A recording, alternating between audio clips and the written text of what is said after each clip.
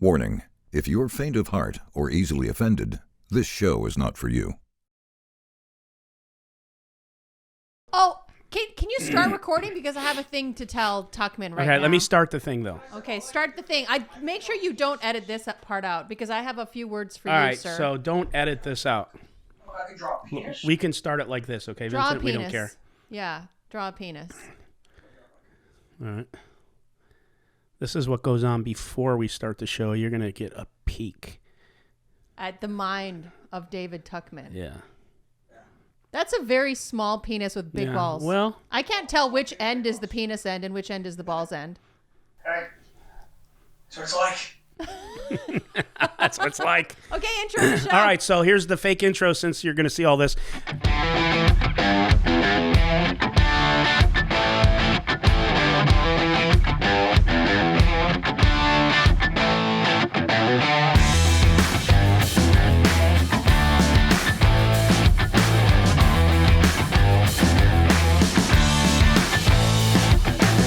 This is a Nick Vertucci show. I am Nick Vertucci, and with Valerie Veronica Brill, and we have the infamous David Tuchman, commentator of the universe, broadcaster of the world, whatever. Dave, what's up? Little League hockey coach.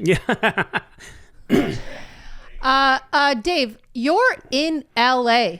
Why? I mean, we're in LA. Why are we Zooming right now? Tell us why your ass couldn't drive out here.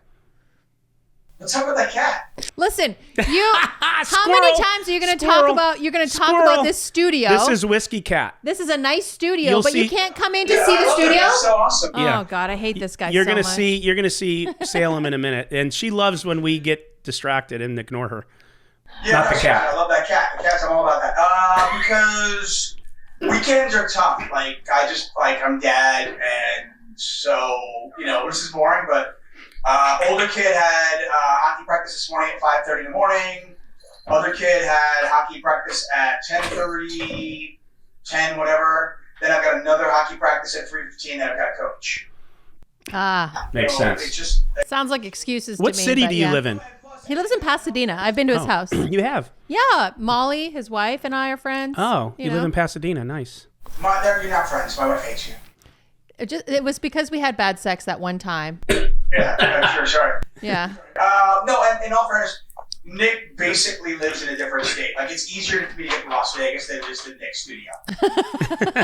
Yeah, the traffic from LA to Orange County is a motherfucker. Yeah. For sure. Yeah, I learned that when I flew into Burbank by accident that Oh one yeah, time. and today you're like, how far is it from Burbank? Because I'm like, you need a ride, and I fucking just with him. went ice cold. I'm like, I can't get you. So he's getting rid of the dick. I wanted to know which direction the man was standing or laying with the orientation of the penis behind you. Lying down. Oh, okay, obviously. How did I not know that? I have a boyfriend now. You think I'd know that, right? You have a boyfriend? Yeah, I have a boyfriend.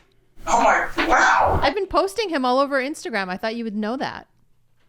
I'm not, hold on, I gotta check now. I'm so curious. Yeah, he took me on a date last night, so there's a picture of him on there. How old is he? Okay, over, under 29. Over. Wow. I know, right? That's shocking. He's almost 40. Oh, wow, you really went old. Okay. Yeah, I did. He's great. That's a good picture of you, by the way. Thank you. Yeah. Isn't he a handsome guy? He's a I'm handsome thinking guy. it. Hang on, I gotta go look at your profile. Wow, I can't believe we've turned the podcast into Well, I mean, you're researching my boyfriend. You're so I also googly over this. That's all we talk about. Rampage, not Rampage. What are you talking about? Boyfriend, I'm looking. It's Rampage. Yeah, my boyfriend's Rampage. No. Is it a story? Are you in story? Oh, my is that story. guy? Yeah. Oh, it's Beardy Guy. Beardy guy, yeah. Yeah, she likes bearded guys. I love beards. Beardy Guy. Okay. Yeah, he's great. Yeah. His name's Alex. Hi, Alex. Hi, Alex. Look, I finally like someone I enough know, to it's post cool. them on social media. You fucking glow when you talk about them. Yeah. I don't want to judge. Listen, if it works for you, I'm Shut up. So anyway, Anyway. welcome to our show, Mr. Commentator. A lot going on in poker suddenly in the last few weeks, and just wanted to hear your thoughts on it. Is there anything you wanted to start with? Do it. Do it if you want to go right into it, or ask him whatever. I mean, we got a ton of stuff to talk about, but. Well, let's start with you. Like, what are you up to these days? You're just doing Hustler commentary, or anything else going on with you? I do a lot of stuff for 8-8. I've been in bed with 8-8 poker for a while.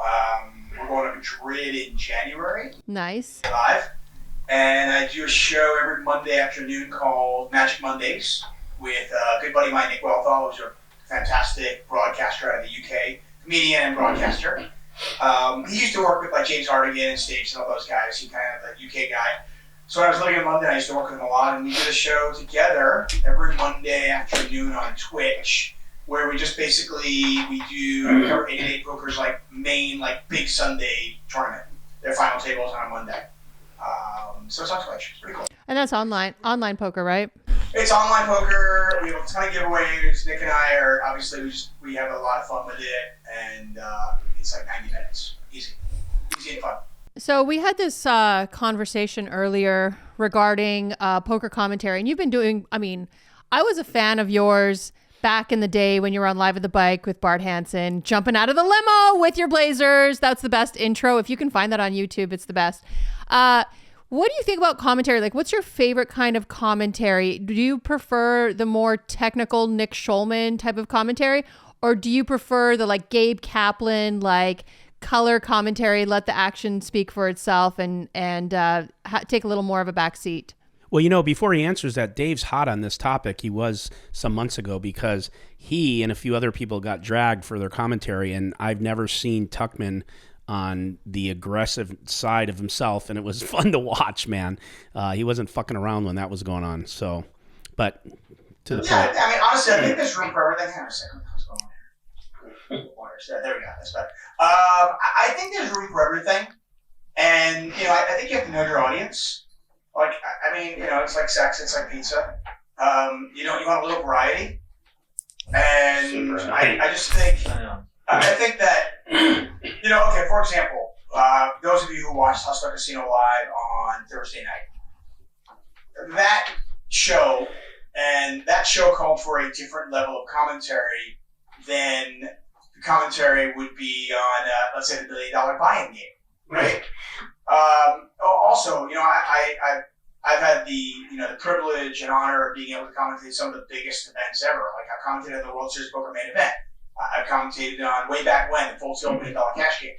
I commentated on our own creator game, the Mr. Beast game. And I think, you have to be open to understanding what your audience is on that particular day and try to figure out, okay, what does the producer want? What does the audience want? And a lot of times the audience doesn't even know what they want. The vocal few are not often the majority, and I think a lot of people forget that. So I think the best commentators out there, just like the best poker players out there, I think they're adapting and they're adjusting to the dynamic of the game. So obviously, if you watch Thursday's show, that if I was going to sit there and analyze the poker, I'm an idiot, right? Yeah. So it's like Mr. Beast. You're not going to run solvers on what Mr. Beast is doing, shoving all in. Thursday's show was a shit show. That was with the woman with her boobs were out, and she was she was great. What happened was one of the players there. What was the gal's name in seat one? She played with us. Yeah. So what a great name. The one who brought. Seat one. That was Jamie. Yeah, that's right. I know her name, but you know me. Well, she did get destroyed, but she is the one that's played with us before and brought a couple of. God, that thing is so distracting. What are you doing? No, not you, our producer. We got stuff flying all over the TV, and I'm following it around like a fucking a cat. Like a cat. Yeah. So I'll try to get back on what I was thinking here. So yeah, she put the lineup together, and so she brought 3 or 4 of those gals, and honestly, they were very nice. They were very nice. They were very friendly. Not a lot of poker was happening. It was just some crazy stuff. Seat 7 got a little, or 8 or whatever, got a little wild. And so a bunch of people went on the internet and it's like, this is like the worst thing I've ever seen. I mean, she said, suck my boobie. My tit. No, my tit. First, it started off "Suck My Boobie." Oh, it was? Okay. Then it evolved into "Suck My It Tit." sounds she was like drinking. a great poker game, to be honest. For the record, I prefer "Suck My Boobie." Yeah, I think it lands better.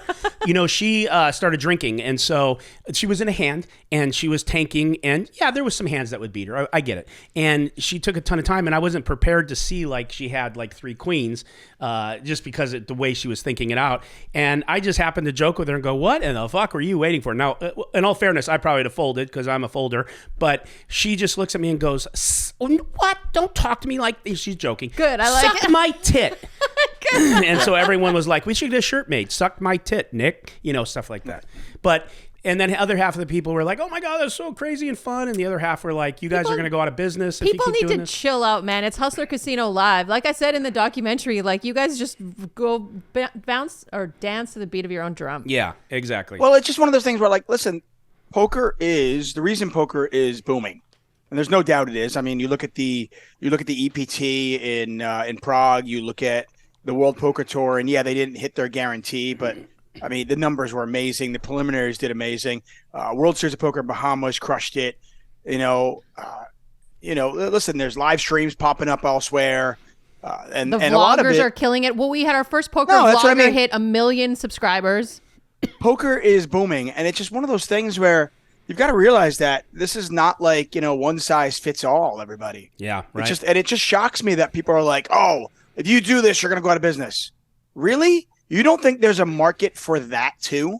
yeah, Like, right. just like, we're having fun. We're not building rockets. We're not going to Mars. It's not brain surgery, folks. We're having fun. And yeah, we have plenty of shows that are going to be serious, and we have plenty, and I think there's room for all of it. Yeah. Right? They can't all be like just this, like, Jonathan Little, let me analyze a poker hand. And listen, I love Jonathan Little, but there's a place for that. And then there's a place for other stuff. And I think, like, it's like, yeah, we can all do it. It's all good. I mean, there's a reason why, like, if you watch, is it Monday Night Football now, where you've got the regular broadcast, and then you've got the Manning brothers? yeah, Because people like different shit, and that's okay. yeah, Right? That's good. By the way, I can curse in this show, I assume, right? yeah, yeah. You No, Okay. no. This is a family-friendly yeah, broadcast. No, you've Cool. let it hang up.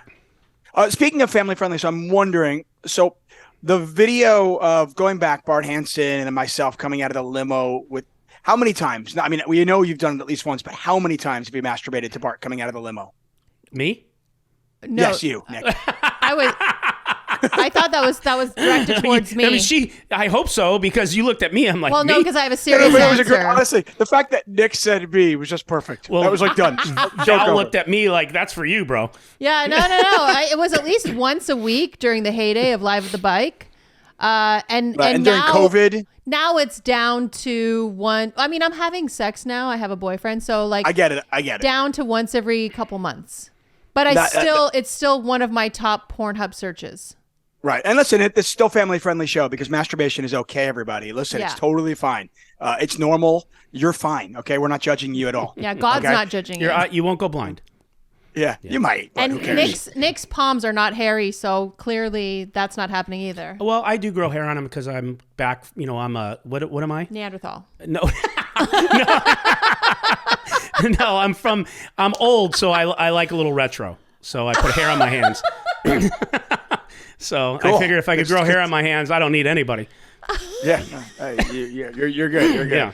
But anyway, even know yeah. what To answer your that question, like, I mean, means. like, what do I It like? means I like a listen, little hair Nick on Schulman. the bush. I love Nick. Nick's Schulman? amazing. Yeah, I Yeah, love Nick. we He's all amazing. love Nick He's Schulman. so Who good at doesn't? what he does. But like, honestly, like, I think, there's as long as you're entertaining, whether it's I'm learning and you're entertaining. I mean, Nick is great because he educates and he does it with a sense of humor. So that's the reason why he's just so good at what he does.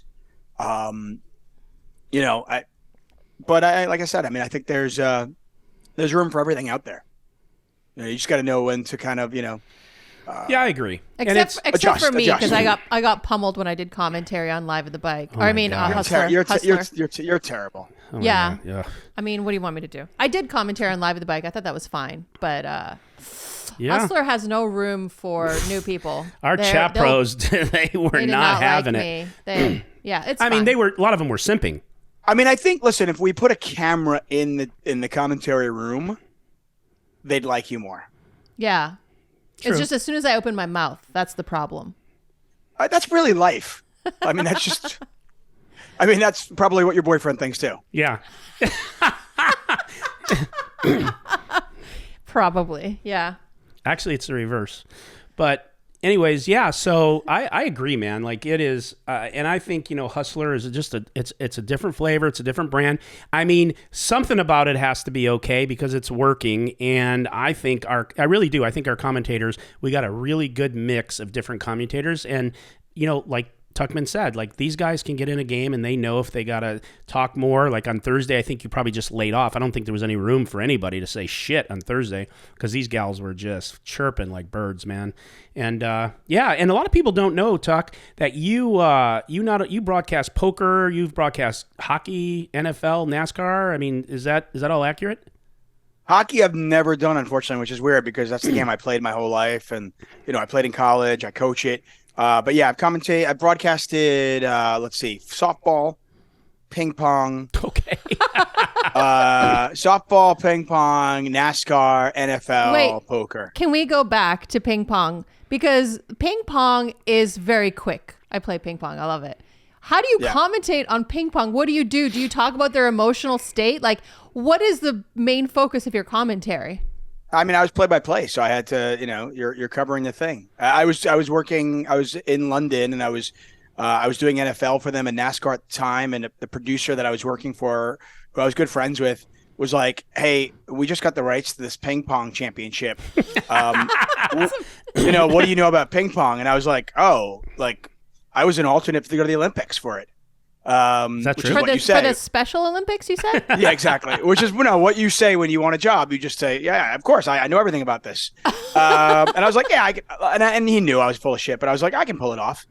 So I did a little bit of research about, I think there were four. It was like there were four people that were in this. It was semifinals and then the finals. So that wasn't that many people I had to like research.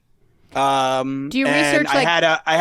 I had a color guy next to me who was a pro, and I just kind of like, you call the action. Yeah, Tuck in the booth. I mean, keep in mind, there's not that much going on. Right? It's just like, John hits it. Oh, and Paul hits it back. Oh, John hits it back. Paul hits it back. Yeah, what else could you say, right? Well, I mean, yeah, and you come up with different flavors for it. And I did a little bit of research, so I like looked up and I was like, okay, what kind of shots are there and stuff like that. And, yeah, it makes sense.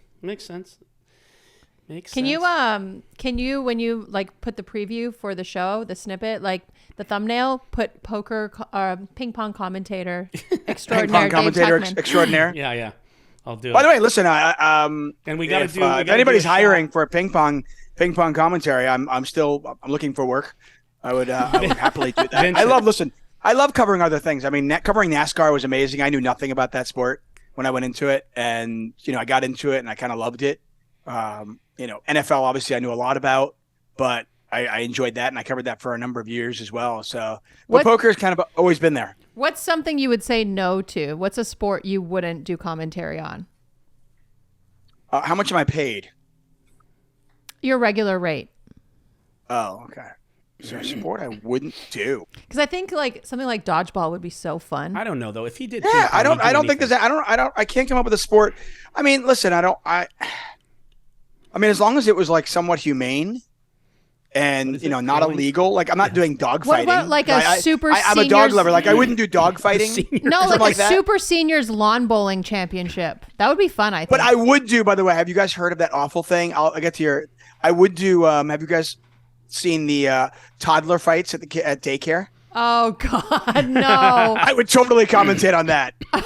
That would be awesome. God. But I wouldn't do dog fights. I draw the line on dog fights. What did you say? Lawn. Like I would do a super seniors lawn bowling championship. That would be fun. I think that would be fun.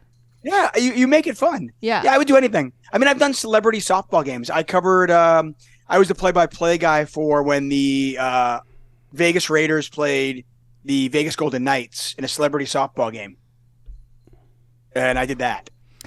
So while we're on the topic of commentary, are you good if I move on, ask him a question? Yeah, the only thing I was thinking, my mind went to when you said the name of the show, I was thinking, make sure, Vincent, that we put a picture of him in the thumbnail with the penis. Yes. Yeah. Yeah. So that was Make it. sure That we was get where the my penis. mind was. No, please move on. So you are a legend in poker commentary. I'm your friend, and I joke with you, poker but can- you are like a very respectable person in poker commentary. So you also have seen the game of poker change over time.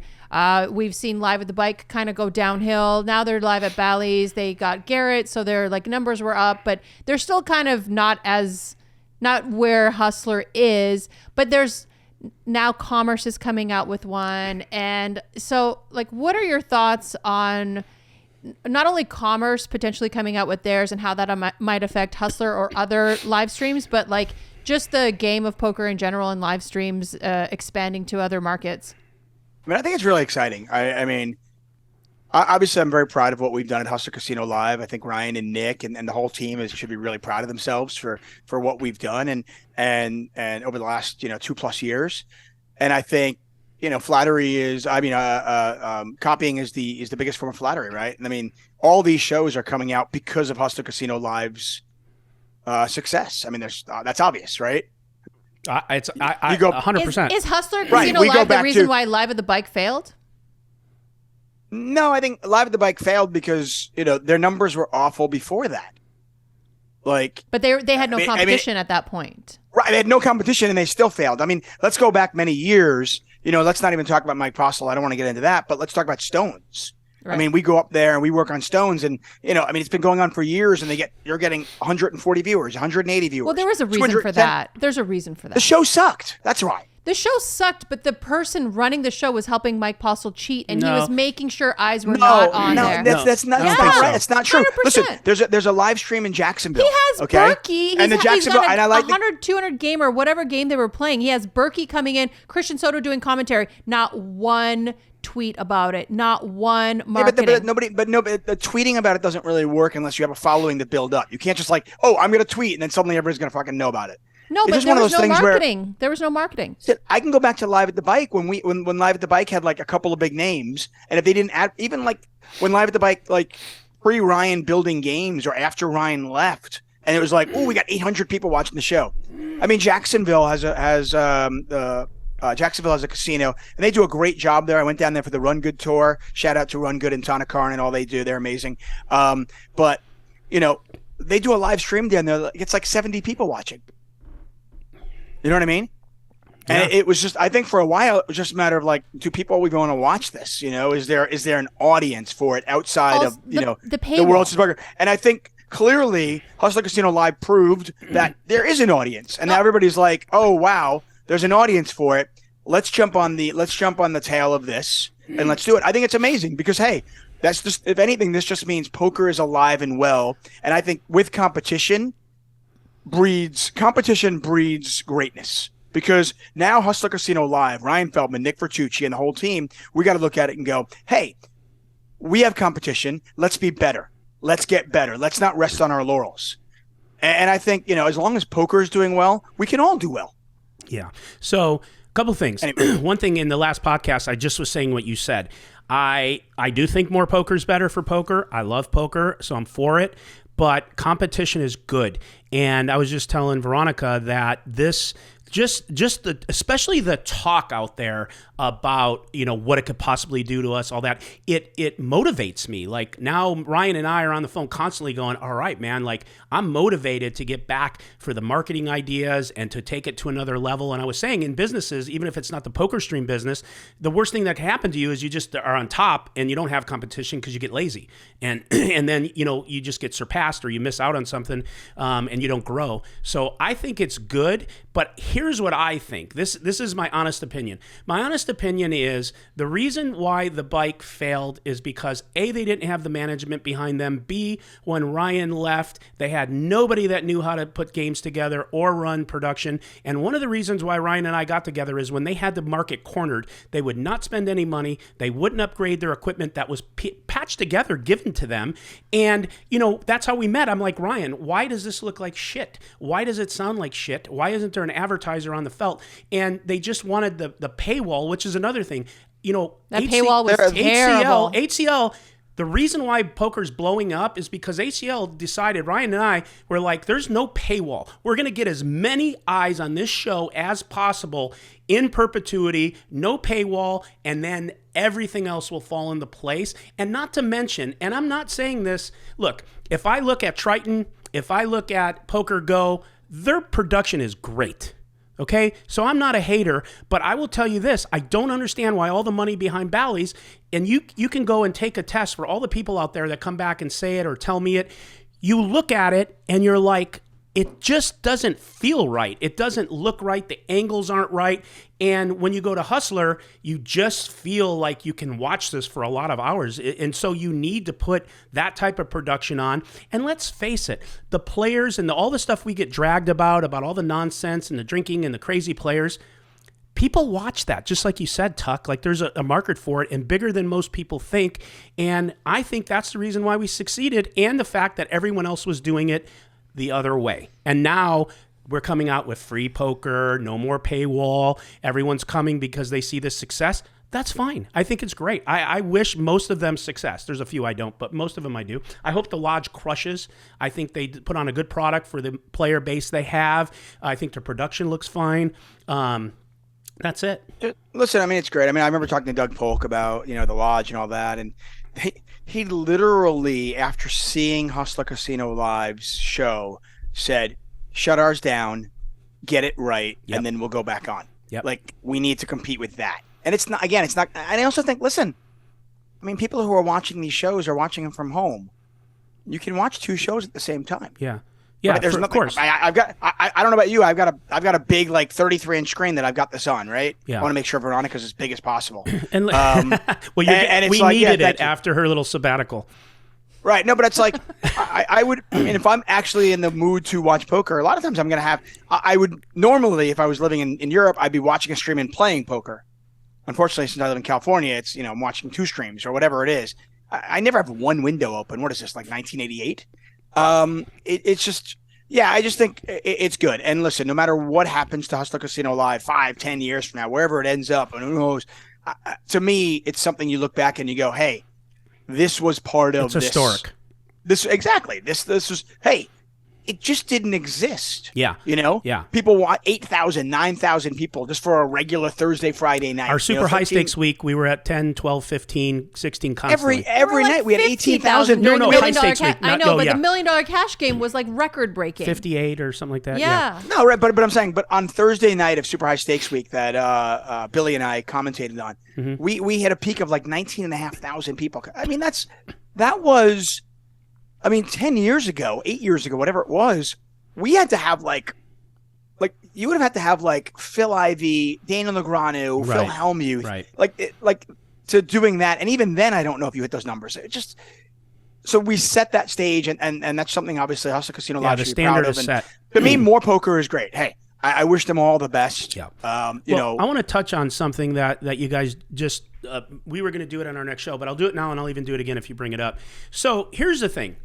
So there's the big stir about, okay, Bally's put together the show, and then WPT and their numbers. Look, I'm going to tell you this. Consistency over time is success. That's just a fact. Ryan and I both knew that they were going to get the views on Bally's show when Garrett big comeback. Of course, like that's a huge thing with all the controversy. And which is really weird, by the way, because it was also Britney's triumphant return.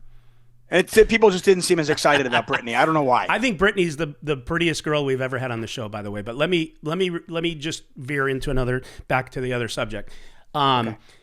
And Ryan and I both had it almost nuts on. We were like, okay, we're going to probably have 4,000 to 6,000 watching, and they're probably going to have anywhere between like 10 and maybe 12,000 people watching. We knew that would be the ratio, and same thing with the day for WPT, who puts on a great broadcast, who had great big names playing, and we knew it would be that way. So here's what has to happen. So if you're going to come into the commerce, and they probably would do very well, you have to be consistent. You have to be able to put those lineups together Monday through Friday. You got to have characters. You got to have action. So we'll see if that happens, and if it does, they will do well. Here's the other thing, and this is a prediction from me. I don't think they will stream more than 2 times a week. That's my prediction. Why is that? Because I know, first of all, production is very expensive. And I was talking with Sue Kim, the owner of Bally's, about some business stuff, and his his main guy that runs the most of the stuff. And their goal isn't to compete in my opinion, in streaming. He wants content so he could put it on his app that he can get real time, like some betting or something that he wants to do that has to be created, whatever. And I don't think that, and because on this, the other thing, that they know that if you're going to run 5 days a week and you're going to do it at a high level with people that are good enough to do it, it's $30,000 a month is what it's going to cost you to broadcast the stream. So and they have the money, so they could do it, but they don't want to run at a loss because you have to monetize that show and you have to get eyes on it. I just don't see. I think Garrett will play 1 to 2 times a month. Maybe he'll play 3 if they put, because I know Eric Person is under contract. Besides building all these card rooms for them, he is under contract to like do 1 stream every 6 weeks or whatever it is. So he'll come to the Commerce through Bally's agreement, and he'll get Roble and he'll get Antonio. So he'll get whatever, and Garrett will play in that, and they will fucking crush that day. And maybe there'll be a Friday show that they have a really good show, and they will do very well. But that happened even when, well, at the bike, it kind of happened, but they could never surpass us. But I think this might be a little different. I don't know. We have to see what type of production they put out. I mean, look, Bally's, with a $1 billion company, when Live at the Bike went out on a sabbatical and they came back for their big show, if I'm wrong and you just think I'm saying it because we're competition, it looked like shit. And they were playing in the dark, and that shouldn't happen. And then it never really got better. It got a little lighter in the room, but that's it. So they're going to have to figure out what that secret sauce is. I know what it is, but they're going to have to figure that out, right? And so you got to buy lights. These are really the things. Easy. Like it's just buy lights. Like I mean, like holy shit! Tuck, don't tell them. I have 2 key lights right in front of me. It's just Tuck, like fucking. quit giving all the. Well, the visionary by light lighting. was probably just strong enough.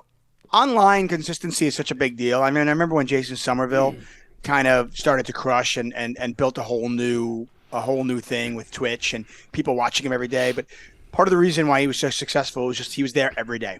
And at some point, he went like 70 days straight. It was just ridiculous. And he was just mentally exhausted. I do think the 5-day-a-week thing is very difficult from not just the production and cost standpoint, but also from a building lineup standpoint. For sure. People always think like, I can't believe you got this guy again. He's boring. Okay, dude, we've got players like, playing for tens of thousands, hundreds of thousands of dollars on a daily, weekly basis. The player pool isn't enormous. It's not. We don't have 4,000 people to choose from. So, Ryan has got a very, very tough job to try to do this on a daily basis. 5 days a week, every single week. You guys take like 3 weeks off a year.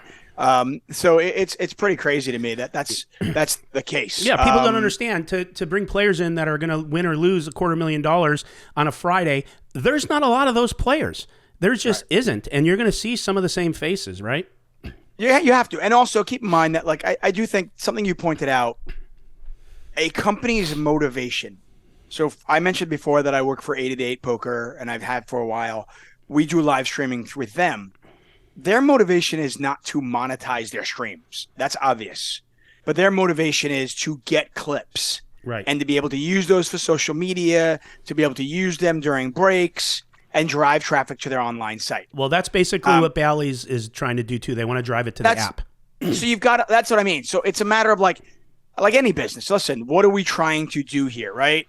If you're selling sushi and you can give away soda for free, okay, fine. We're not in the soda business. Cool. But if I can get them in the door with that, great.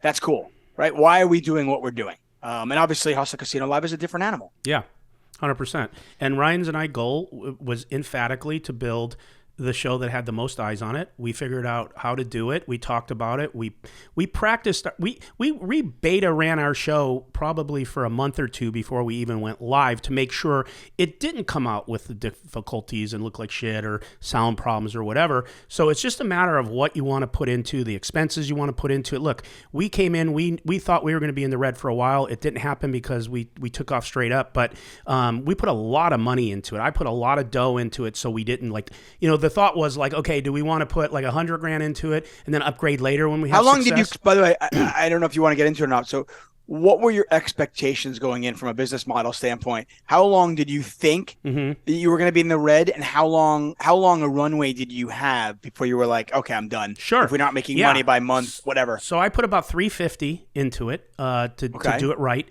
And I thought with YouTube, maybe if we could get like within 6 months to 10 or 15,000 a month in revenue, that it would cut into, and then we were getting obviously paid by the casino, so that would offset some of our costs too. So I thought we would get in the black fairly soon, but not like really black, like kind of just.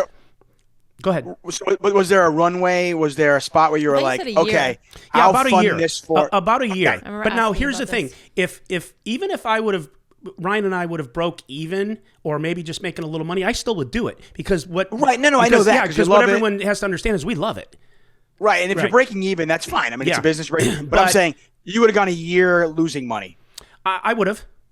Okay. Yeah, about a year, but I also knew because of the casino stipend and that we can get a little bit of YouTube here and there that I thought I would be, if I went in the negative, it wouldn't be the 30,000 plus a month. I thought I would be negative maybe 10 just because I knew what I was getting paid from the casino. I knew that, we have a deal with them about some other things that we get paid on. And so I knew we could survive. And to the bike didn't have that. When maybe with Bally's they did, but when they first started, they paid them $10,000 a month. That's it. They had to make the money on the paywall or advertisement, and they never worked the advertisement end. So they did the paywall thing, and it's just antiquated. But that was, by the way, I mean, I don't want to throw Live at the Bike under the bus, but I really quite enjoy doing it. The original owner of Live at the Bike, Evelyn Duhart with Rick Cloward. Bart really likes her. But I hate her more than he hates her. She's the one who gave you your walking papers, Tuck. I've done podcasts on her. Please elaborate. To the point when they were going to bring me back, when Ryan was still there and Ryan was trying to bring me back, I had to promise to I had to have a meeting with Evelyn to kind of water under the bridge, and then they told me okay, you got to take the podcast down. Put it back up. But yeah, no, I mean, I've always thought, I mean, this was going back many, many years. Pardon me. I remember when and keep in mind, we started the show in January of 2005, right? I mean, the opportunity for Live at the Bike, it's in the middle of the poker boom, and there's nothing else out there like this. Crazy. The opportunity they had was 100-fold what Hustler Casino Live had in terms of opportunity, right? Right. And they didn't capitalize on it at all, and because they never wanted to invest in it. And I remember that first summer, it was we were going to World Series of Poker 2006, and I remember trying to pitch to Evelyn and Kelly O'Hara, who was the marketing director at the bike at the time, and they had been working together. They were partners, and I remember pitching to them. I go, "Hey, let's get one of those rooms, Full Tilt had a room." PokerStars had a room. And I said, let's get a room. We can have a Live at the Bike room, and people can come on the show, and they can play poker, and Bart and I will commentate, and we'll send people home with DVDs. Okay, this was back then, And we'll send them home with little DVDs of them playing poker. And I was like, this is how we spread the word. And they were like, whoa. And I was like, oh yeah, and why don't we buy an ad on ESPN for World Series, for Live at the Bike, during the World Series of Poker. Let's advertise there. Let's advertise on ESPN. And they were like, do you know how much money that is? And I was like, okay, you do not see the runway in front of you. You just don't see it. No. You don't see it at all. And they were just never interested in doing that from the start.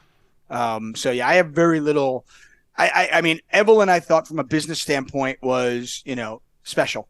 And from a, But also from a personal level, I would say that I have nothing good to say about that woman. But anyway, we can move on. Okay, so to your point, and I'll pound it into the ground real quick. That's why Ryan and I have a show today, and it's because it's simply because. I'll give you an example. They let Ryan go. Okay, that's what I'm saying. I was going to tell you. They had me. Listen, they had me go. Who cares about me? They had Bart Hansen leave. Yeah.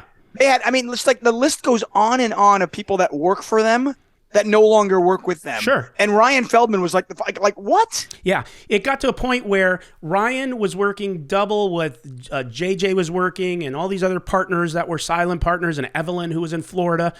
And he's like, hey, look, I need more pay. I'm doing most of the work. They didn't want to give it to him. I'm doing 95% of the work. Can I get paid a drop more? They gave him some insulting number. Ryan was beside himself. And in that same time, I was playing and getting to know Ryan. And I'm like, Ryan, I've said this 1,000 times. Ryan, why isn't there any advertising on the felt? Why isn't this better? Why don't you do this? Why don't you guys? And he would just go, at first he was trying to be careful. And then he just like full blown like, dude, I'm so unhappy. These people don't get it. I'm never going to leave a legacy like this, blah, blah, blah. What would you do? Would you walk away? I said, well, I wouldn't be in something that I don't feel great about, but I don't want to make you go bankrupt if you know, whatever. So he sold his shit. They let him go. They were happy to get rid of him and the cost. And that was it. It's over. It's overtime, right? Done. And, you know, they had, Tuck, like you said, they had the ability to be a fucking multi-million-dollar company. They could have been huge. They could have been humongous. If I would, think about 2005 poker. Everybody, for those of you who don't know, 2005 poker. I mean, you're talking. We are right before the absolute boom. We are in the middle of it. I mean, it's cocaine in the 80s. Yeah. It's just insanity. If I would have had poker it was crazy. If I would have had every single night in Vegas. If I would have had my hands on that show during that time, partnered with Ryan Feldman, it would be a fucking monster with the opportunity they had. They had it all, and they fucked it up. Oh, now listen, technology wasn't great then. Like live streaming was in its infancy. I mean, I still remember my first show there. I did it from I did it from a maintenance room. I mean, I literally had one of their like maintenance guys walk in during one of my shows early on the first month and like grab a mop while I'm working. I've been in that back room at Live at the Bike. It's pretty. It still was the same. Yeah, but you were back there for different reasons. And by the way, I mean, listen, there were people at the show that I really, really liked. I mean, a guy named Brian who produced for a while that I became friends with. He was cool. I had a lot of. He's a cool dude. Yeah, and everything, I like Brian. And I wish him the best. Me too. But it was just disappointing because like. You know, they would say something and they wouldn't, and then like, you know, it was just. Then they were like giving out ownership points, and we never got one. And then when Ryan left, I was like, "What? Like, why would you? What are you doing?" Yeah, it was just mind-boggling. Yeah. But whatever. You know, you move on, and you move on, and you live and learn. Yeah, one of the things is, like I said, the bike did not support poker. They wouldn't pay them more. They wouldn't lean into it. The one of the main reasons too we succeeded, besides Ryan and I and the vision, was the management. Sean Yapel. I mean, the guy literally made it impossible for us to fail. Everything we've asked him for that we needed was a yes, and he saw it, and that's a huge part of it. You have to have, you know, when we were taking this when COVID hit, we were taking this show around, pitching it to the Gardens, to the Commerce, to Hollywood Park. They just didn't get it. They fucking didn't. By the way, get shout it. out. You know, I was originally fired from Live at the Bike. It's kind of funny. The first time I was fired from Live at the Bike, this was like 2007. So it's been going on for a little while. And I started dating this British girl from that I met at the World Series. She was a producer of mine, and I had done some stuff for them. I had done the $1 Million Cash Game for this company out there through Full Tilt. Now, Full Tilt was a sponsor, but this production company had hired me to do the commentary for it, and I had also been hired to cover like a World Series of Poker, like daily news show. Anyway, we were going to do. I kind of laid out the plans for the Heads Up Championship. It was a Heads Up Championship we were going to do at the bike, okay? And we were going to sell it, and I came up with the entire thing. I made a whole Bible for it. I presented it to Evelyn and Kelly, and I think Rick was still there at the time, Rick Cloward. And I was like, hey, we can do this, and then we can sell it and have it shown in Europe, okay, on the Poker Channel. And my whole thought was that if we break even on this, like break even on the production, we can make a little bit of money, but if we break even on it, think about how many more eyeballs come to our show, right? We can go from, 500 viewers a night to 2,000, 3,000 viewers a night, and then build from there how you do it. And Evelyn literally would not. She was like, well, I don't want to just give it to them. They should pay for it, right? If we're producing this, they should pay for it. And then I get the Poker Channel to agree to pay for half of the production costs. They were going to pay half the production costs, and all they said was, "We'll pay half the production costs. We want the rights to show it in Europe and Australia." Oh my God. That's it. You can have the rest of the world, and we will pay half the production costs. And Evelyn was like, "No, we'll produce it ourselves and just sell it to you." Dumb. So stupid. And I was like, okay. Oh, and then and while I was trying to negotiate this, she's screaming at me, telling I have no right to negotiate. And then when I didn't come back in time and I missed a shift, she fired me. Never work with people. Never work with people who can't see your vision. I'm telling you, like that's one of the things. Like Live at the Bike couldn't see what they had with Ryan. They couldn't see what they had with you or Bart.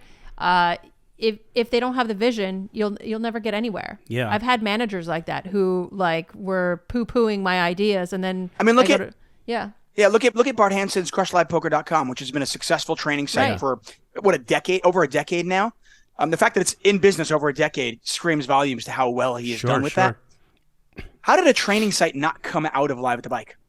Right. Think of that. Like it's like he's literally using it's like, okay, you're making videos. Why would you not create a training site right out of it? There was so much opportunity they had that they squandered. Oh my God. Yeah. It was like they literally had it was like the first pizzeria. You know what I mean? Like, wait, what's pizza? Nobody knows what pizza is. Holy shit. Well, I'm going to make pizza in this city. Okay, but nobody's ever seen it. You're the first pizza place and you fucked it up. How'd you fuck it up? You're the first pizza place. So let's go back because you said something interesting. So Commerce is owned by Bally's? The Commerce show will be owned by Bally's, not the casino. Not the casino. Big difference. Yeah, the show, they cut a deal with Commerce and they own the show, not the Commerce Casino. Oh, okay. I feel like Wayne was talking to me about this, where they want to have multiple different locations and Bally's does, and then just play poker 24/7. He mentioned that on the stream that they want poker 24/7. Yeah. Good luck. Yeah. I mean, that sounds like a tremendous amount of work. Why not just do it in one studio just constantly? Like I said, I had some respect. By the way, that was originally Evelyn's idea too. They always thought they were like, oh, we can get poker 24/7 and then people are always watching it live. And then you just go, why not can't they just watch the show that just happened 4 hours ago? Yeah. That paywall thing was total garbage. Yeah. I mean, anyway. I think I could say it at this point. I haven't said this directly. So the reason I was talking with Bally's is because there was a possibility that we were going to take over Big Bet Poker. Us, Ryan and I. When were you talking to Bally's? When was this? In the last 3 months, 4 months. Oh, wow. 5 months. Thanks for telling me. Well, we just started talking again. I fucking talked to you 2 months ago. Would I still have a job if that happened? Yeah, listen. Okay, cool. Yeah, so we were going to run both. Yeah, no, you're good. You're good. Evelyn was going to talk to you about it. Awesome. I have her. Hold on. She's calling right now. And I mean this respectfully. I only talked to Soo Kim maybe 2 or 3 times. I met with him once. Very kind, very nice guy, and very intelligent. But with that said, streaming isn't their thing. And again, very respectfully, because I'm not looking to. This is not a troll. It's not a drag. But I couldn't come to grips with one of the things was we need control of the lineups. We need control of production. We're not coming in there and putting together something that you want us to have put together and fail. We're not doing it. We're not putting our High Stakes Poker Productions name on this. But if you want us to come in here, we're going to strip this production and try to be as frugal as we can. What if they came in and just bought it, Nick? Bought what? What if they just came in and said, "Hey, we want to buy High Stakes Poker Productions"? Well, I mean, I'll talk to anyone. There's always a price. Not for Ryan, because Ryan will do it for free, but I won't. But there's always a price. Okay. Yeah, but it's not a low number because we love what we do. No? Yeah, and I believe we're going to 3 to 5x this. I just have a feeling that we have plans. By the way, I got a call from when Bally's bought Live at the Bike. I got a call from a friend of mine. I don't want to say her name because I don't know if she wants it out, but I got a call from somebody that I've known for quite some time, and she was talking about how, hey, Bally's just bought Live at the Bike. Do you have any live streaming ideas? And I really respect this person and I genuinely love them. So I tried to give her a couple ideas and a couple of tips. Her ideas were not very well received by them, so she no longer works there. But I did say right from the start, I go, because I was already with Hcl Casino Live, and this was early on. I said right away, I go, They bought the wrong live stream. Yes. Yeah. And this was just months into our, but I was like, they bought the wrong one. Yeah. Well, again, it has to be your lane. You have to understand it to have success. You could have billions of dollars behind you, but you have to have that. And they got rid of Houston Curtis, who's spent a lot of. Oh wait, what? They got rid of Houston? Oh, there's so much more that I'm not going to say here, but I'll tell you. Yeah. God, I miss no Houston. wonder you've stopped insulting him. He's gone now. Yes. Yeah. Okay. Yeah. So I'll just. He's a sexy man. He's a sexy man, and he's a visionary, an Illuminati. He yes, that's a good word for it. He messed it up, and I think there was some other things that were done that were not okay, and so now he's out, so I don't know who will be directly managing the whole thing or whatever, but I guess to my point is like their goal in my talks, their goal wasn't to compete like this. It was just to move things to the app and to do that, and they would not give up a lot of the control we needed, and it just didn't happen. But God bless them, and I do not have a negative thing to say about them. They were very kind.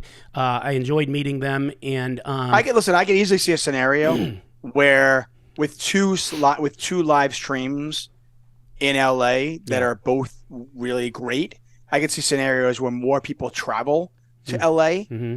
And maybe they're on Commerce on a Tuesday, and maybe they're on our show on a Friday. Well, some of that's going to happen. I mean, that's what I mean. I think that's great. If person puts together a big show and 4 or 5 big names come, they're going to be in town, and maybe they'll play. We'll see. Right. That's right. There's nothing wrong with that, by the way. It's like, okay, cool. No, not at all. If they're just looking for content, we're looking for content. Okay, cool. Because we also don't have a big game every night of the week. I mean, except for super high stakes week, we have to have room for Karen. Yeah, but I will say this. Think about this, though, Tuck. Yes. We don't have super high stakes like that week. But on a normal Monday through Friday, even our Monday and Thursday game plays big. I mean, big. No, they all play. Listen, compared to what I try to. People don't understand.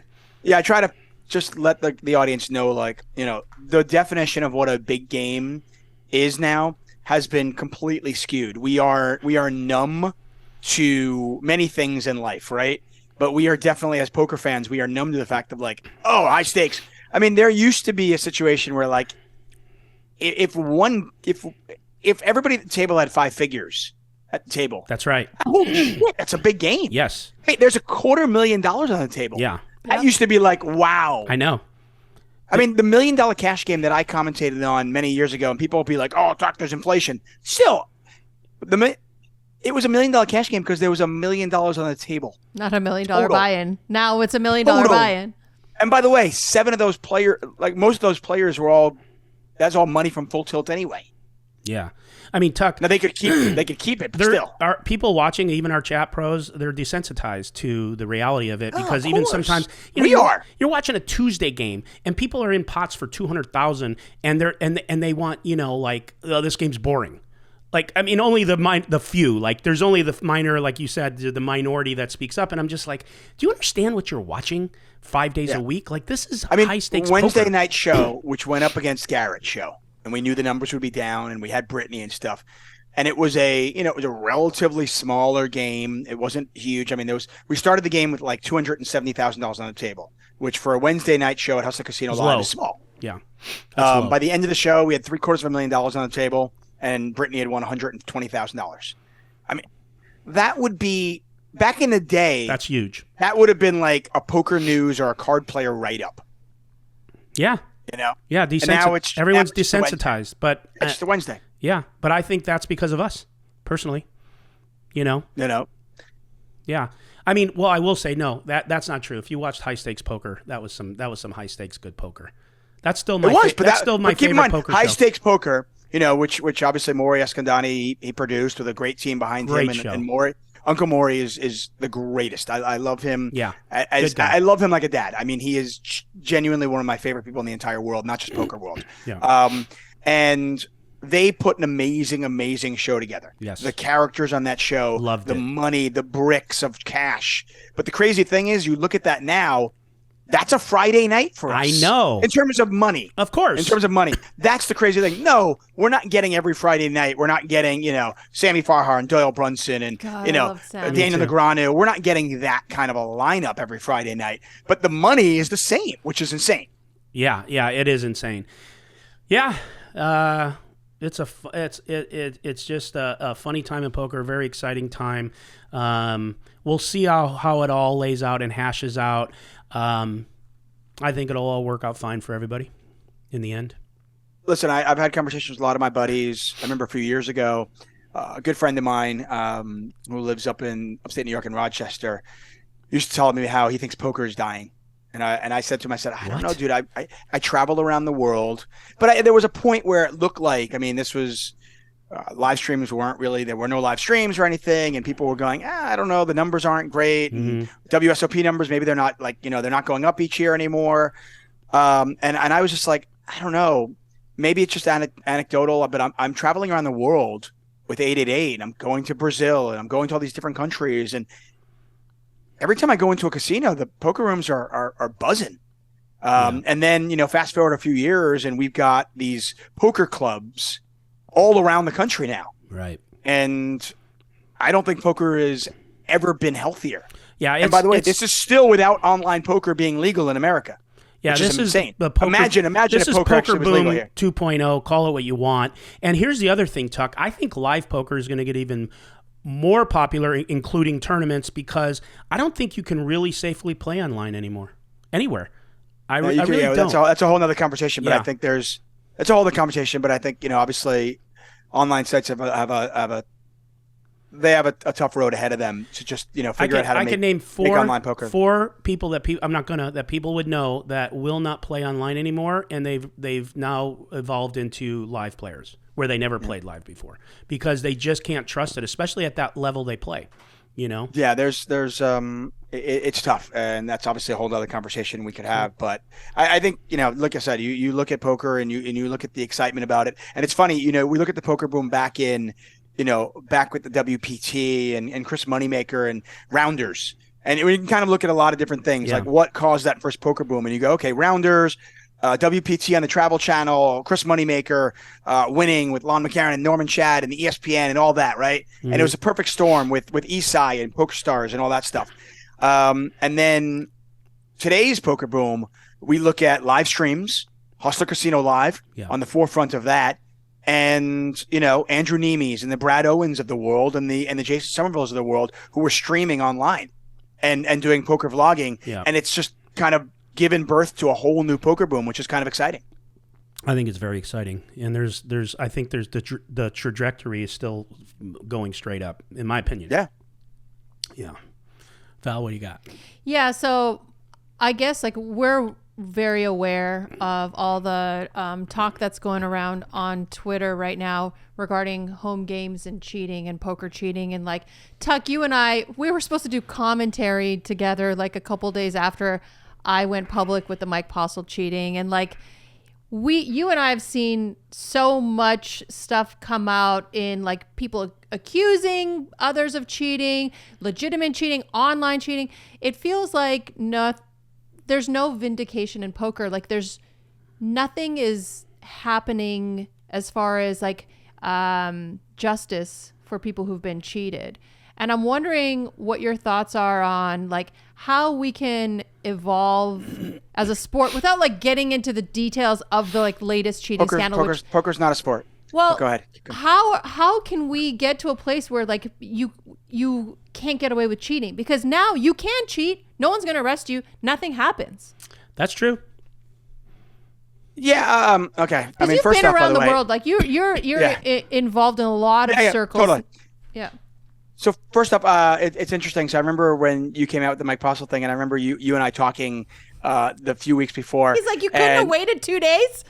Well, that was literally the texting. We're going back and forth going, so you want to wait until we get the commentate together or no? Because I used to come up to Sacramento once. I used to come up to Sacramento twice a year, and I would commentate, and then we'd go we'd go party in Sacktown. It was really fun. Like, we had a great time. We had so much fun. It was so much fun. We'd go dancing. We'd go drinking. It's a fun town. And not just me and Tuck, like the whole group. Right. A whole table full Sometimes of players. just us. Oh yeah.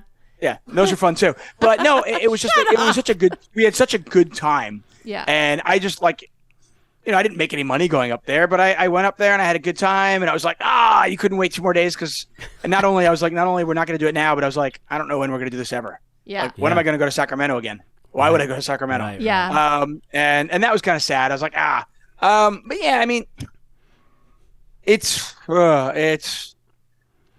the cheating. Okay, so I play hockey my whole life, and I think in hockey, a lot of times the game has got to be policed by their own.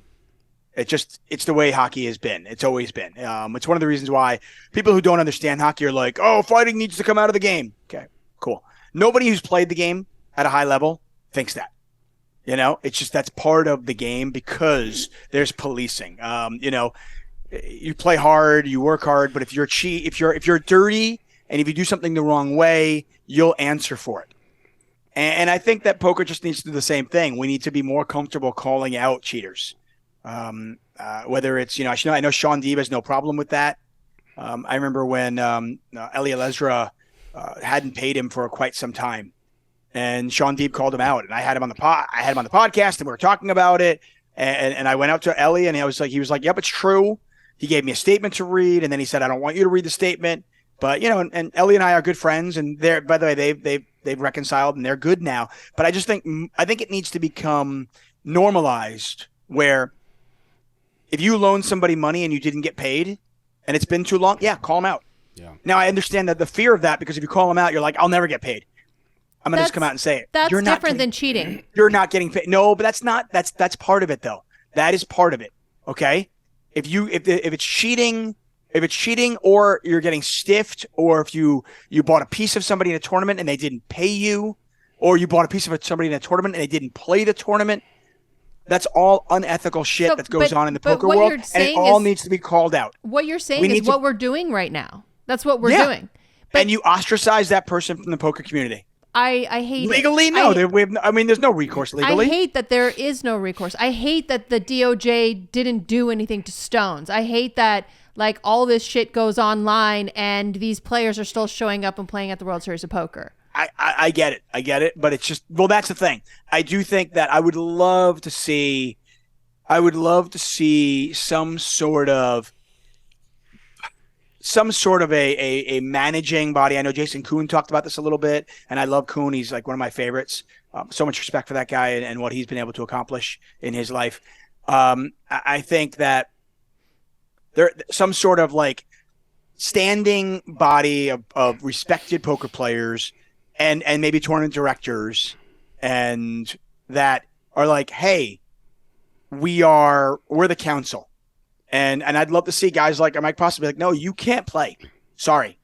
I remember, by the way, the World Series of Poker, the World Series of Poker Bahamas, the guy who got arrested for breaking into 30 homes was told by Atlantis to go home. Yeah. And the World Series of Poker honored that. I'd love to see a situation where the World Poker Tour and the EPT and the World Series of Poker and live streams and commerce and Hustler would all work together and be no, that guy's a cheat. He cheated here. We have evidence of it. He shouldn't play in your casino also.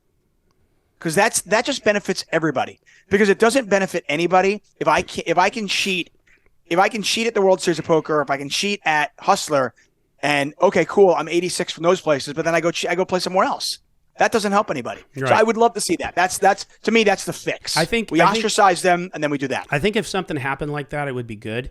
And I think the only caveat that would have to be added is it has to be really founded, because there's a lot of people out there slinging a lot of mud that isn't true, and you wouldn't want a rogue board to just be overzealously doing that, because I do believe that there has to be proof. There just does. There has to be. Of course. Listen. You call somebody a cheater in our business, you're cutting off their head. Yep. I mean, you're literally just cutting off their head. They're done. So yes, this needs to be. And listen, I mean, obviously, Veronica knows this as well as anybody. It took you a while to come out with the Mike Postle thing because you were like, I need to be sure. Yeah. I can't. I'm not gonna end somebody's and destroy somebody's Even life. when I went public, I still wasn't 100% sure. I just needed another set of eyes on it because I felt very gaslit by the casino, and a lot of people were like, well, in a vacuum, it's fine, so I needed eyes on it. I needed eyes that were better at the game than me. Because no one was believing. And my point is that yes, Nick, you're 100% right. Yeah. Well, Absolutely, it has to be founded. There has to be. But I'm talking about like you have some really, really well respected people on this board. You've got like Nick Schulman types. Yeah. You know what I mean? You've got people who are just respected. You got respected, and it's just one of those situations where it's like, hey, okay, this is not I hated that person because they slept with my girlfriend. It's not that. It's listen, you're ending somebody's livelihood. Okay, well, we better really know. Well, okay, I have so whether it's a Mars. Yeah. Or whether it's a Mike Postle, it has to be really, really, Yes. It has to be really founded. And, right. Like so, and to me, to that point, and obviously we can't bring this up without bringing up Robbie and Garrett. Yeah. To me, I think there are a lot of people out there who are still like, I don't know. And if you don't know, then you can't ban somebody. You have to know. Like with Mike Postle, we all know. Yeah. There's, Okay, so my point to this is that what ended up happening in my situation, the Mike Postle situation, is I got sued. I had to get help to pay my legal bills. Thank you, Bill Perkins.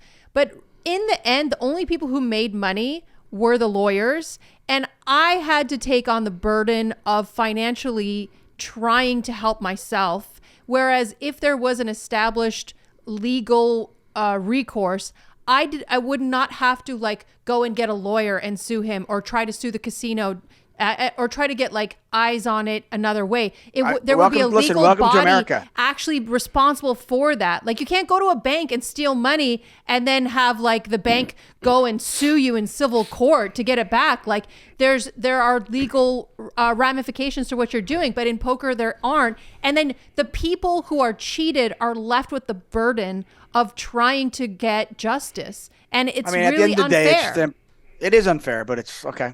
It's life.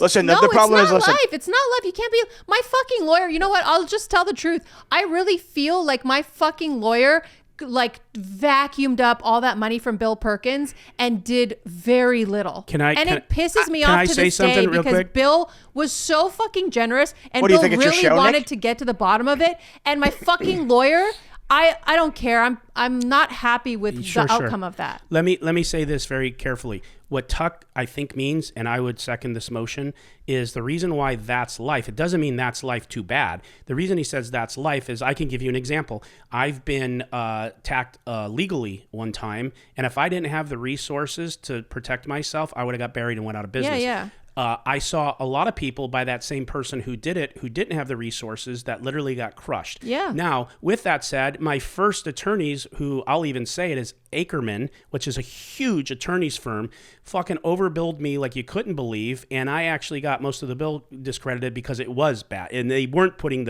they weren't putting in the effort that they should have. They were too big, and so when he says that's life, it's because it fucking happens so much. I'm not mad at him for saying that. No, of course not. Oh no, of course not. I'm saying, but that's system, that's the way it is, and it happens so many times, and that's what's wrong with the system, is sometimes the people that don't have deep enough pockets just get fucked. That's my point. Of course. That's my point. We shouldn't have the ability to fuck each other in poker and have no recourse unless you're rich and have deep pockets and can sue these people and potentially get your money back. But it's even hard to sue in civil court. Yeah, because it's so hard to prove how someone's cheating in poker. Veronica, I don't want to sound patronizing, but I'm gonna. At the end of the day, it's just like that's the world we live in. You know, the people who make the laws know nothing about our world. I understand. My whole question was not, hey, this is life, and why is life unfair? My question is there a world where we could bring poker to a place where we can have justice be served with cheaters? My point was not like, oh, woe is me. Well, to me, the very first step is, can we police our own at least first? But I feel like we're doing that, and we're not doing a great job. We do a terrible job. What are you talking? We literally do a terrible job. I could cheat at one casino and then go play at a different casino. And we do a terrible job on the other end. And too many people who are never going to do anything are labeling people things they didn't do. So on both ends of it, we're doing a very bad job. So it's just like, I mean, if we can't police our own, we're going to expect, like, the gaming commission, congressmen and women to like, who have no idea what poker is, except for the fact they're like, I don't know. I had it on ESPN once. I watched it. Oh, Norman Chad is funny. How many wives does he have? Like, they just don't know. So, from a legal perspective, I just think that it's, pie in the sky thinking to think that that's ever, at this point at least, going to be fixed. It's just like, okay, cool, good luck. You may not know Good this, luck with that. Tuck. I don't know if you do. I don't know what's been said around our place, but us, through the casino, because it's in the casino, contacted the California Gaming Commission when Jack 4 happened to proactively tell them, this is happening. Here's what we're investigating. If you're interested in it, come help us. Because maybe whatever. They weren't interested? And they weren't interested. They just said, well, do you have like absolute proof? We said, no, we're trying to figure it out. And they're like, well, and we said, we even said to them, like, they're like, I think the casino even said to CYA, like, it's okay to continue. And they're like, yeah, keep playing. Yeah, the DOJ, when they came to my house to investigate the Mike Postle stuff, they were like, yeah, so they're like Simpsons police. Yeah, so were they signaling each other? Like, what was going on? I'm like, what the fuck are you talking about? That's what I'm saying. Like, Did the these Ace of people, Spades unfortunately, come out of the his vast majority of those people, they know poker from like, from some James Bond movie. Yeah. They just, it's like, One of the greatest poker scenes ever, though, you have to admit. which one? The James Bond poker scene. God, yeah. What was it, like straight flush versus quads or something? Yeah. Straight flush versus quads versus bigger like royal flush. It's like, you come up with a stupider one. I'm like, I want to see a movie where like, the guy with 9 high wins. Yeah. Because he called correctly with 9 high. Because I knew you had a 6-5. I knew it. I don't think you could go lower than calling with Jack high. I think that's the limit, don't you think? Nine is like pushing it. I want to see the Savage calling with 9 high. Yeah. But anyway, it's just, listen, in a perfect world, I'd love to see, people who have wronged people in the poker world face, hell yeah, face the music, so to speak. But again, like, I don't even know, like Mike Postle, for example, is he even banned from casinos? No, 86? he's playing in casinos. I mean, that tells you everything you need to know. The fact that Mike Postle is playing in casinos tells you everything you need to know. Okay? That's it. He's allowed to play in casinos. So we can't even police our own. Right. Yeah. Yeah, I wasn't. And I know, listen, he wasn't guilty. Yeah, either was OJ.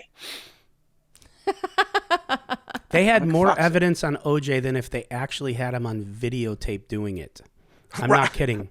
And that's just life. Like, again. Well, right? You were actually in the force. Yeah, I knew a lot about that. I was just a businessman. I wasn't into any of the poker stuff. I wasn't on social media. So I knew nothing about the Postle thing. To this date, I still don't, except for the fact of what happened. And I don't even know why he got me as a co-host. I put out about an 8-hour podcast if you want to listen, if you've got nothing to do. I don't know why he got me as a co-host, because he didn't even know I was on Poker After Dark. He didn't know that I was the Postle I didn't know that when we first started doing it. He didn't know anything. That's why I'm sincere when I say I don't know anything about it, because I wasn't in it. It's not like I'm going to go back I'm here retro. On sheer talent I'm not going to alone. go back retro and take some fucking boot camp to figure out all the shit that happened while I wasn't in poker. That's what I'm saying. I get it. He's not but that's interested the problem. unless The fact that Hustler. he's not, the fact that somebody like that can go play. Okay. So, we don't take care of our. We don't even do it. We don't even do it ourselves. I think are we close to time? Because I just wanted to shift a little bit. Go ahead, because I got a couple things I want to ask him too. Oh, you do? Yeah, okay, they're about well, HCL. Of course they are. How much do you love your boss sitting here, Nick? No. So Nick and I historically have never gotten along. And if you were, let's say, Dr. Tuck, the psychologist, the marital counselor, and you were listening to us, you know both of us, what kind of advice would you give us to try to get along in future episodes? We have 3 strikes on us right now, so yeah, we're this is trying our to figure third out, attempt. Guns N' Roses only got back twice, so we're I saw fortunate. Guns N' Roses a few years ago. So They're good. great. Yeah, They're so good. So I was talking to a marriage counselor, not for myself, just a friend of ours that's a marriage counselor, and I asked them. I said, "Hey, what do you do when like somebody comes in and like you're just like, And they said they were honest. They were just like, "Oh, you guys aren't going to make it. You guys should probably just get divorced." to the point where like the married couple would be like, "Wait, what? That's not why we're here." Yeah, but I'm listen. I will take your money if you want to spend $12,000 over the next whatever months, and I will try to fix this. And I will take your money, and then you'll still be miserable. It's up to you. You let me know what you want to do. Yeah, I don't think you guys are a good fit. Which, by the way, makes you an amazing, which makes you great podcast hosts. It does.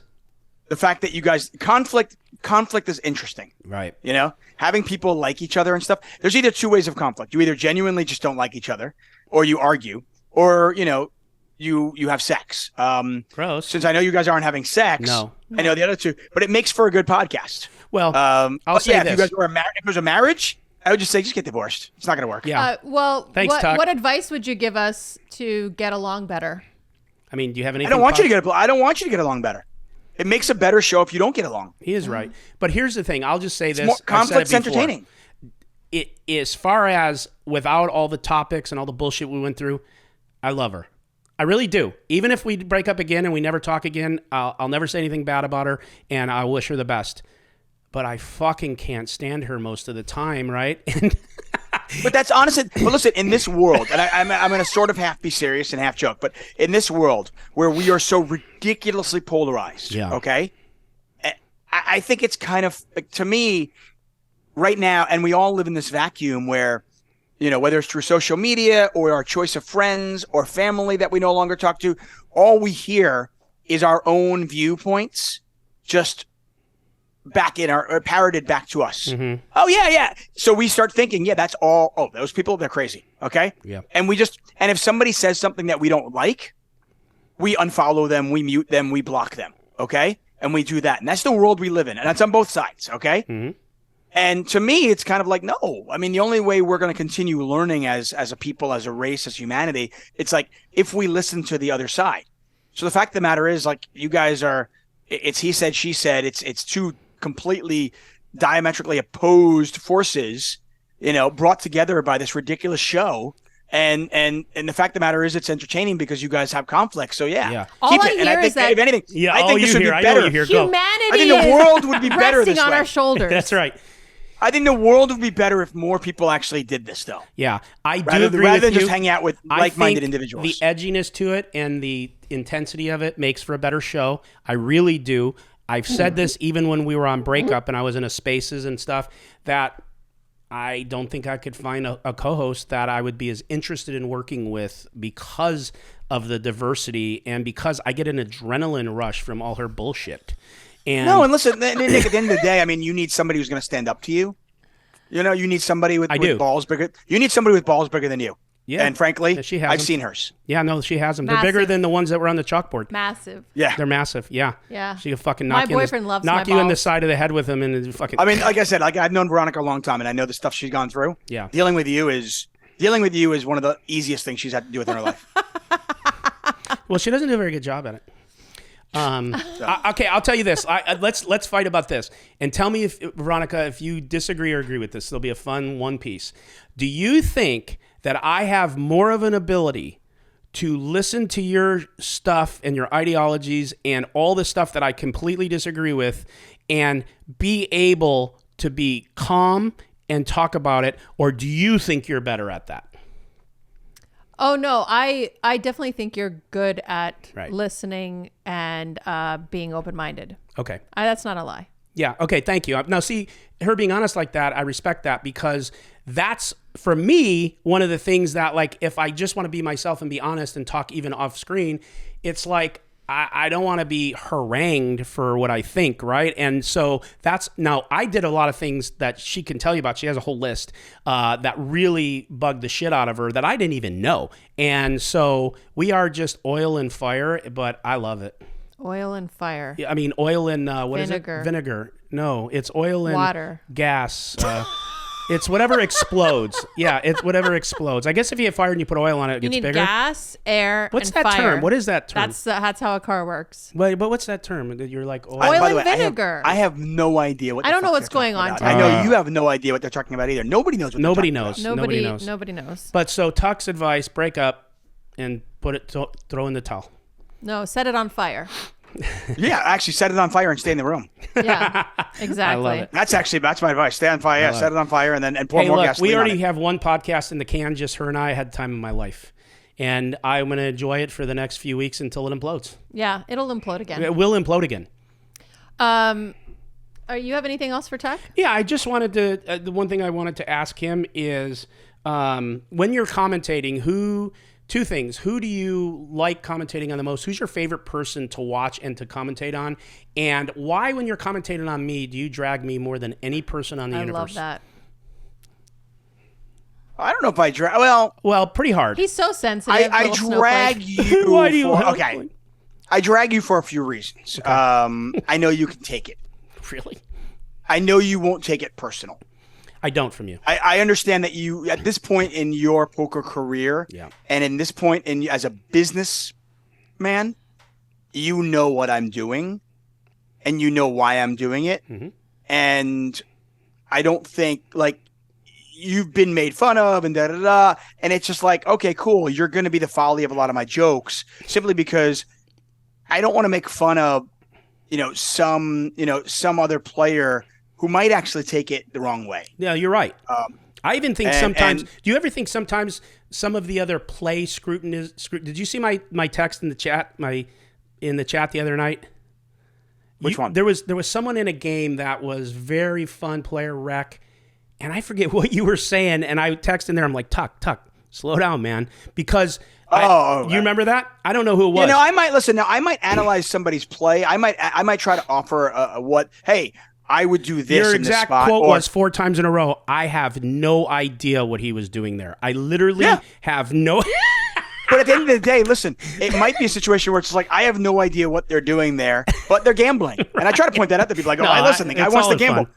Yeah. And at the end of the day, it's always funny. It's like people like to criticize somebody, be like, it's their money. Let them do what they want to do with it. Exactly. But I'm very cognizant of the fact that we are reliant on our players, our player pool. Yes. And if I make them feel like shit every time they come on the show, first of all, who am I to do that? Number one. And number two, if I do that, they won't play on the show. That's stupid. That doesn't work. Right? Yes, true. But I do want to make fun of you because it's fun. Who's your favorite person to do commentary on or to watch? Oh, man. I'm trying to think. Karen. No. Definitely not Karen. I don't dislike Karen. I think it was fun. It was a fun show. But no, that's not my favorite. They were harmless. It's a hard question to answer. I like people that I like people that talk, but also realize that they're not the entire show. Makes sense. Like I can go to a few different places. Like I love like a Chance Corneth. I thought Heralbus was really interesting. Like I'm very happy to commentate on somebody like that. I thought Rob Young was really cool. Rob Young is so charismatic, so fun. Yeah, very charismatic, and like Tony G, who I've commentated on now for almost 20 years. Yeah. First time I commentated on him was back in the UK 17 years ago. So like a Tony G who, he takes time to annoy his opponents, but he's also playing poker and he's got that game. Tony G, Rob Young, those kind of guys, like if there's the right mix of table talk with actual poker, with banter. I think some of the best table talk was the night when Doug Polk was on with Rob Young and Heralbus and Doug Tom Polk, Dwan. for example. That was great. Listen, Doug Polk is genuinely I think he is one of the most entertaining. There's a reason why he was the star of the show. The brand on our show. he has. Yeah. He is the star of the show. I love Doug. I have a lot of, and people he's think dragged me through the mud sometimes, but I have a lot of respect for people Doug. think he's such an a-hole, but like I genuinely think he's one of the kindest people I've met in poker. I really like him. But he's also an asshole. He is an asshole. Yeah. I really like him. I don't care. Listen, Bart Hansen at my wedding. Bart Hansen was my best man at my wedding. And his speech was, when I first met David, I thought he was a prick. Okay? Now I know he's a prick. but that doesn't mean like Doug Polk's an asshole. Right. He's also incredibly generous and fun and charismatic and charming. Yeah. He's all those things. Yeah, he's very talented. Which is what makes him and very talented, which is what makes him interesting. Yeah. I don't want to watch boring people. I want to watch actual, real people. And we're all assholes sometimes. We can all be bitches sometimes. Yeah, totally. I love it. That's a great answer. Looking at the biggest one right here. Who, you? We both look at each other. Yeah, you. Yeah, you. All right. Well, again, we are here with David Tuchman, Valerie Brill. I am Nick Vertucci. This was the Nick Vertucci Show. Envy out.